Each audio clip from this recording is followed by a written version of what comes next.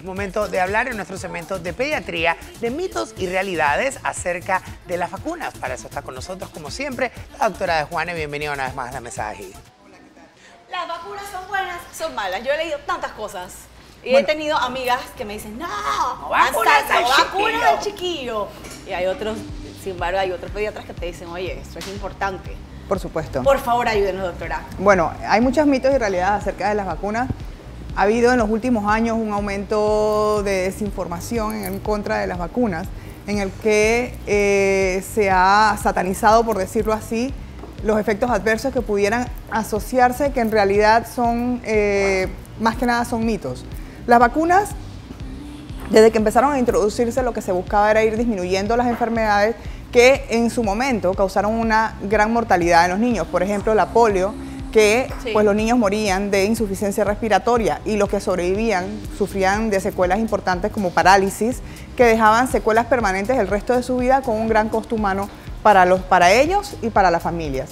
Igualmente, por ejemplo, a sarampión, que se relacionó en su tiempo con cefalitis, igualmente con neumonías, con muerte. La rubiola, aquellas embarazadas que en algún momento sufrieron de rubiola, pues los niños nacían con rubiola congénita, que se asociaba con sordera y con enfermedades cardíacas. Son enfermedades que fueron disminuyendo en la medida que se fueron introduciendo las vacunas. No hace tanto, cuando se introdujo la porción del Haemophilus influenza, que es una bacteria que causa meningitis con secuelas severas en estos niños, pues esta discapacidad también fue disminuyendo y cada vez teníamos menos meningitis bacterianas asociadas a Haemophilus influenza. La vacuna de la influenza o la gripe, que todo el mundo, pero es que a todos nos da resfriado, pero ¿para qué nos vamos a vacunar si eso es un resfriado más? Pero en embarazadas, en niños muy pequeños, en niños con enfermedades cardíacas, con enfermedades respiratorias. En ancianos estamos hablando de que estamos de 300.000 a 600.000 muertes asociadas a influenza.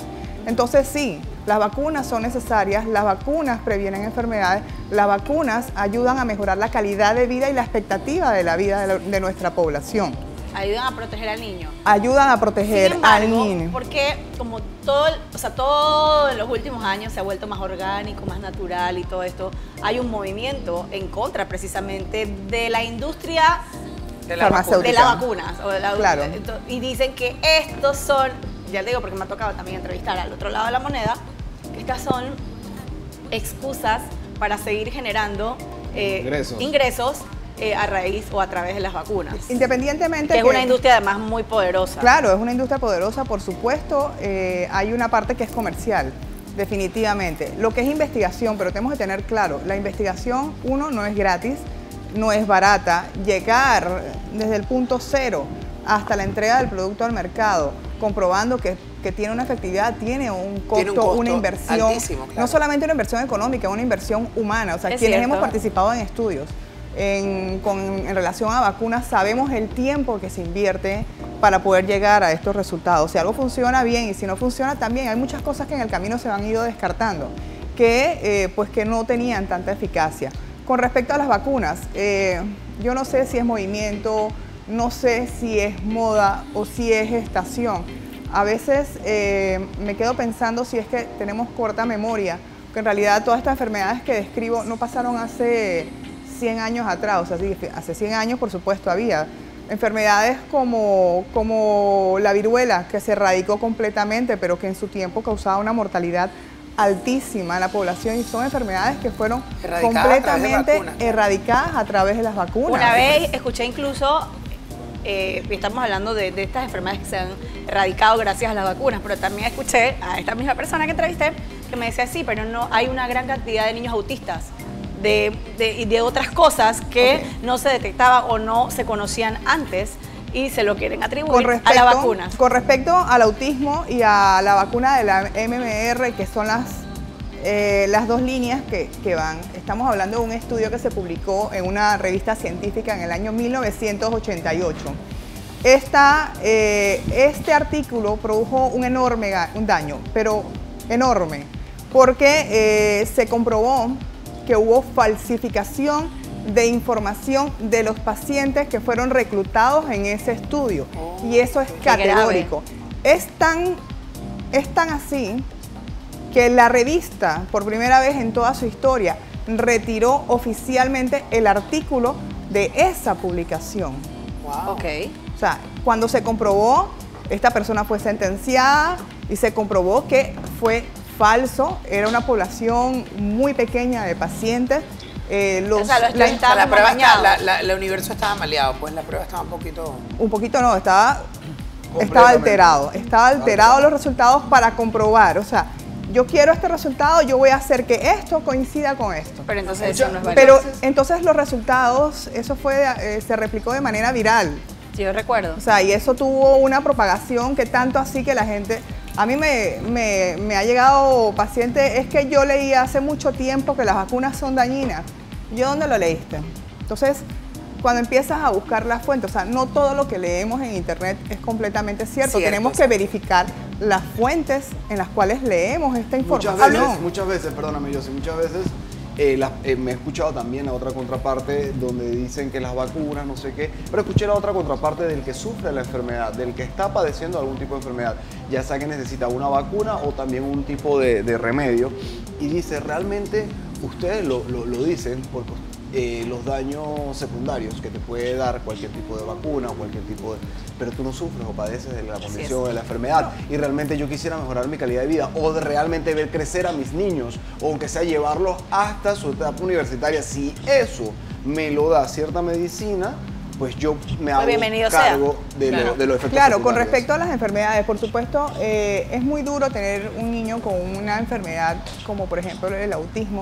Y la verdad es que uno como padre, pues, dentro de todo el periodo de duelo o en medio de esta situación que no es reversible completamente, se entiende la frustración y buscar una causa de. Pero el autismo, como se ha estudiado, se ha encontrado un montón de relaciones, pero no hay nada que diga categóricamente el niño autista es así por esta razón. Y definitivamente la vacuna no la causa. El niño que es autista, uno como pediatra va encontrando ciertos datos que no son congruentes. O sea, este no es un niño sano que simplemente un día se despertó y mañana es autista. Claro. O sea, estamos teniendo un niño que con el tiempo vamos encontrando ciertas características que te va, ¿sabes?, estar un poquito más pendiente de este bebé, de su historia o de su evolución. Entonces no es la vacuna. Por supuesto, cuando el niño se descubre que o el niño ya la discapacidad o el retraso neurológico es un poco más marcado, el niño está más grande y por supuesto estas vacunas son introducidas con ese tiempo. Entonces van buscándole la relación y entonces categóricamente es que me dijeron que son las vacunas y además y eso las todavía está en, causamos. eso está en estudio todavía. Mientras ok. nosotros estamos aquí sentados, están los Por científicos supuesto. buscando las diversas causas de autismo. claro. Eso todavía no está oficialmente. Ahora le quiero preguntar una establecido. cosa. Cuando yo estaba pequeño y a nivel de pediatría, pues obviamente uno tenía como una cartilla donde estaban apuntadas como Las vacunas. Las vacunas que te tenías que poner. Obviamente los tiempos han cambiado, estamos en otros tiempos. ¿Qué vacunas un niño se tiene que poner cuando está pequeño? Bueno, la verdad es que tenemos que sentirnos orgullosos de nuestro querido Panamá, porque Panamá tiene el mejor esquema de vacunación de la región. De verdad. Por supuesto, Qué bien. lejos. Panamá tiene un excelente esquema de Qué bien. vacunación, tenemos una muy buena cobertura. En realidad, en ese sentido, pues hay que felicitar los esfuerzos que han hecho durante todos estos años de introducir vacunas de alta calidad a nuestros niños para proveerles salud. Al momento de nacer, todo niño se le debe colocar 2 vacunas.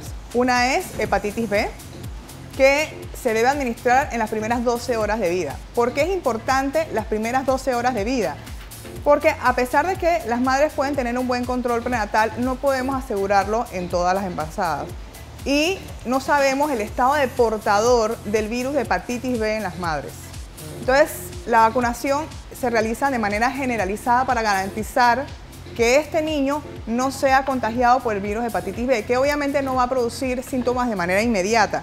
Pero la hepatitis B a largo plazo lo que se busca es reducir las complicaciones asociadas a la infección por hepatitis B. ¿Y cuál es la complicación más grave? Cáncer hepático. Y los estudios han demostrado que ha habido una disminución de la aparición del cáncer hepático relacionado a hepatitis B. Y esto independientemente, por ejemplo, si el niño nace prematuro, eso la inyección va obviamente porque va. sí tenemos, sí hay una limitante de peso. Obviamente en bebés muy pequeñitos no le vamos a poner hepatitis B porque estamos hablando de tema de peso, pero ya en bebés ya más grandes pues sí se les aplica. Y la otra vacuna que se le aplica también es la BCG, que es esa la que nos deja la cicatriz aquí en el brazo, que todos O en la tenemos. espalda. Sí, pero se debe colocar por OMS, se debe colocar en el brazo porque cualquier personal de salud simplemente te levanta la manga y sabe que tú tienes aquí tu cicatriz. ¿Y por esa tu vacuna para qué es? Yo no tengo Esa es, actúa parcialmente contra lo que es tuberculosis meningia o tuberculosis diseminada. Ese es el efecto o lo que se busca en estos niños.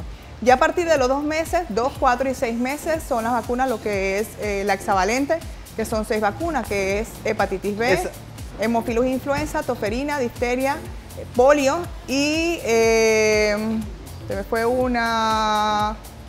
no me acuerdo, ahorita cuando lo dije en orden, no me acuerdo. Dime. Esa precisamente la que estamos hablando, la del brazo, normalmente ya no lo veo tanto o no lo he visto tanto, pero cuando está mal puesta, tétanos, la del tétanos, y la del tétanos se repite, ¿no? Sí, esas 2, 4 y 6 meses. Sí, tienes que te lo digo porque me corté muchas veces en mi vida y siempre me la han reforzado. Ok, esta normalmente la he visto mal puesta o que ocurrió algún tipo de error y tiene algún tipo de repercusión que puede ocasionar que te pongan mal esta vacuna. Okay. No hay gente que hace como queloide, ¿no? Con eso. Bueno, no, todas dejan una cicatriz, porque ellas lo que hacen es una reacción. Lo que pasa es que lo ponían en la espalda por un tema estético, porque, ay, que es niña, que se le ve la cicatriz en el brazo. Claro. Entonces, por eso es que a veces les cambian la posición. Pero, esa es una muy buena pregunta. Ajá. La vacuna de la BCG se coloca intradérmica, no se coloca subcutánea ni se coloca intramuscular, porque va a hacer la reacción. No es lo mismo que te haga la reacción en la piel, que es la supuración, a que te la haga, por ejemplo, en un ganglio y te hace una adenitis y va a supurar, pero adentro, y entonces obviamente va a haber edema, hinchazón, va a haber un ganglio inflamado que va a estar supurando, y eso sí es una complicación por una aplicación inadecuada de la vacuna. Ok. La influenza, doctora. Pero, ¿te quedó clara la pregunta? No me quedó tan claro. Por eso, ¿cuál es tu inquietud? Mi inquietud es que no recuerdo muy bien qué repercusión podía tener cuando le ponían le ponen mal esa vacuna. O sea, no, lo que te digo, la adenitis. Físico. No, es la adenitis. O sea, ella igual llega a curar, pero te hace la adenitis, que es muy incómoda, que es esa inflamación que te queda. Esa inflamación que le queda. Exacto. Ya, lo de la piel, que todo el mundo lo ve, que es como una supuración, que se pone rojo, que chapuz, que se ve feo. Claro. Esa es la reacción normal. Eso involuciona, cicatriza, y muchos les queda nada más una marquita, otros sí les queda un poquito peor, depende mucho de la cicatrización. Y también, sí, del tipo de piel. Doctora, la influenza. O sea, eso esa que causa revuelo todos los años. El año pasado fue. Sí, fue el año pasado. Ajá, eso fue. Y yo recuerdo, por trágico. ejemplo, yo recuerdo que había sacados y todo, pero con mi hijo más chico, Rocco, yo acaba de llegar de Estados Unidos, que un proceso con él, y me llamó muchísimo la atención y me gustó que, por ejemplo, para ingresar al hospital en Nueva York, si él no tenía la influenza de ese año, y ellos le ponen todas las vacunas que le faltan, sí, y no proceden con el niño si no tienen todas sus vacunas. O sea, eso me pareció eficaz. La influenza, en este caso, dicen que da unas fiebres altas, que no sé qué, que el niño se pone mal. ¿Por qué pasa esto o qué efectos secundarios puede tener una vacuna como la influenza? Bueno, realmente la influenza es una vacuna que se renueva cada año dependiendo de las cepas que están circulando. Son 2 vacunas. Tenemos las cepas del norte, que son distintas a las cepas de Sudamérica.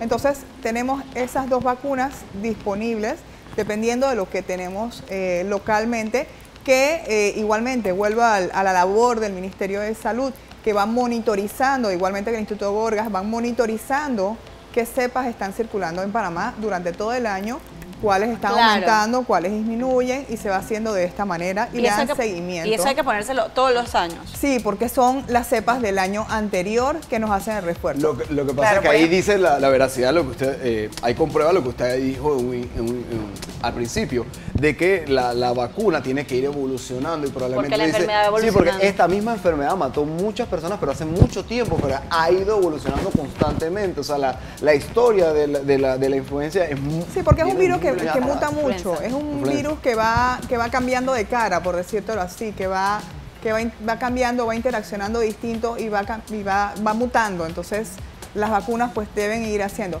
La primera vez que te pones la vacuna sí te produce síntomas, te puede dar síntomas muy parecidos a una gripe, un malestar, el dolor muscular, el malestar, como una especie de quebranto, por decirlo de alguna manera.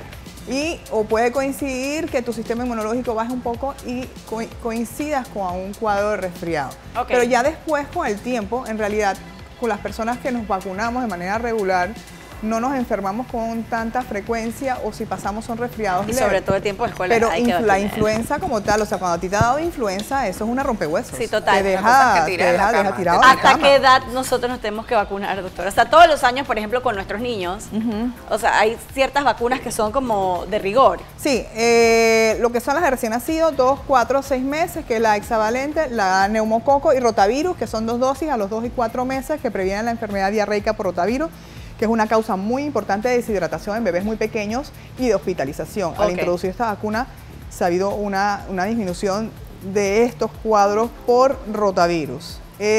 Luego están las vacunas del año, que está la MMR, la hepatitis A y nuevamente el refuerzo de neumococo a los 15 meses, varicela, a los 18 meses el refuerzo de hepatitis A, la segunda dosis de MMR que está aplicando el Ministerio en nuestro esquema de vacunación. Trabalengua, mano.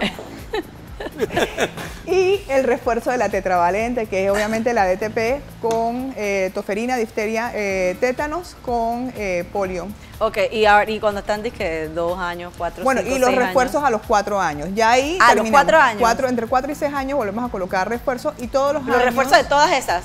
No, refuerzos de MMR y tetravalente. Entonces, Ok, voy a apuntar eso.